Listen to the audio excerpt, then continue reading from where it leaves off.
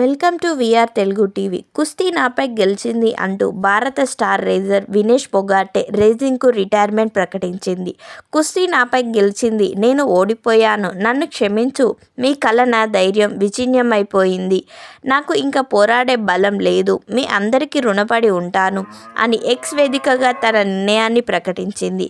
ఆమె నిర్ణయం ప్రతి ఒక్కరిని షాక్కు గురిచేసింది.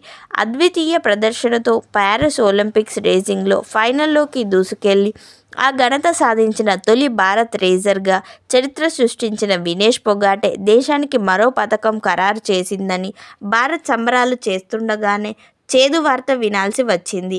ఉండాల్సిన బరువు కంటే 100 గ్రాములు అధికంగా ఉందని కారణంతో ఆమెను అనర్హురాలిగా తేల్చేయడంతో దేశం యావత్ నిర్ఘాంతపోయింది. తనను అనర్హురాలిగా ప్రకటించడంపై Vinesh court of administration for స్పోర్ట్స్ను ఆశ్రయించింది. తను రజత పతకానికి అర్హురాలేనని ఫిర్యాదులో పేర్కొంది. దీనిపై తీర్పు రావడానికి ముందే వినేష్ పొగాటే రిటైర్మెంట్ ప్రకటించి కోట్ల మంది భారతీయుల హృదయాలను బరువెక్కించింది. ఇలాంటి మరిన్ని వీడియో అప్డేట్స్ కోసం మా ఛానల్ని సబ్స్క్రైబ్ చేయండి.